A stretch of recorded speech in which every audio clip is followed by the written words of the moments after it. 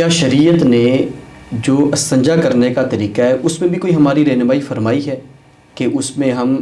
دایاں ہاتھ یا بایاں ہاتھ یا ان دونوں کو استعمال کر سکتے ہیں، یا اس میں کوئی خاص طریقہ کار ہے؟ اس بارے میں ہمیں شریعت کی روشنی میں ہمیں کوئی رہنمائی فرمائے۔ بارک اللہ فیکم۔ اچھا، کچھ لوگ نے اس کے اندر بہت زیادہ مبالغہ رائی سے کام لیتے ہیں۔ آپ نے وہ کچھ ایسا وہ کنٹینٹ دیکھا ہوگا جس میں ایک آ جاتا ہے کہ جی استنجا کرنے کی شریعت میں کوئی 25 سنتے ہیں، 30 سنتے ہیں، تو نعوذ باللہ وہ اس میں سے اکثر چیزیں ایسی ہیں جو کچھ آداب سے تعلق رکھتی ہیں، کچھ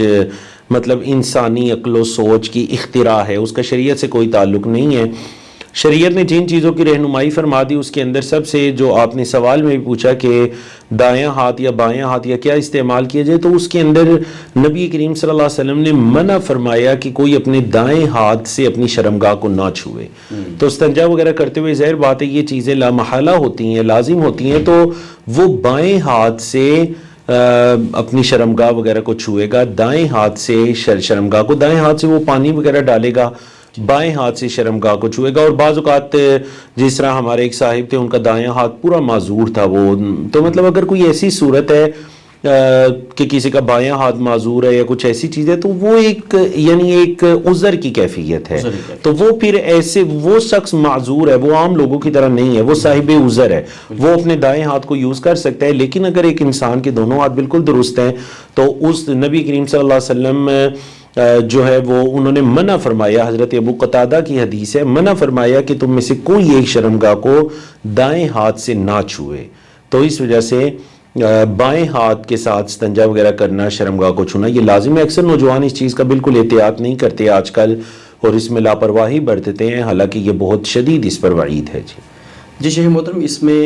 یہ بھی ہماری رہنمائی فرماتے کہ کیا استنجا صرف پانی سے ہی کیا جا سکتا ہے یا اس کے متبادل بھی کچھ ہے؟ دیکھیں، شریعت اسلامی میں جو اہل قباء کی تعریف بھی کی گئی، یحبون ان یتطہروا فی رجال یحبون ان یتطہروا، تو وہ یہی تھا کہ وہ دونوں چیزیں استعمال کیا کرتے تھے، مٹی بھی اور پانی بھی۔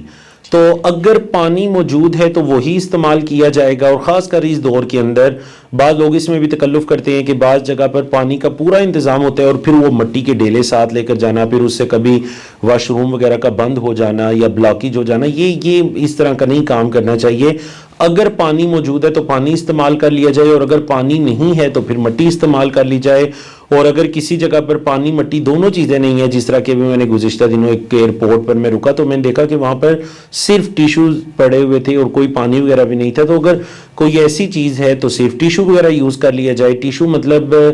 یا کوئی کپڑا وغیرہ وہ پانی اور مٹی کا متبادل ہے، وہ یوز کیا جا سکتا ہے۔ بعض لوگ یہ سمجھتے ہیں کہ ہر حال میں پانی استعمال کیا جائے گا، نہیں، اگر ٹیشو وغیرہ ہے اس سے بھی طہارت حاصل ہو جاتی ہے، اگر مٹی وغیرہ اس سے بھی طہارت حاصل ہو جاتی ہے، تو اگر پانی نہیں ہے تو پھر اس کے متبادل ان چیزوں کو استعمال کیا جا سکتا ہے۔ جزاک اللہ، یعنی مقصد طہارت کا حصول ہے۔ بالکل۔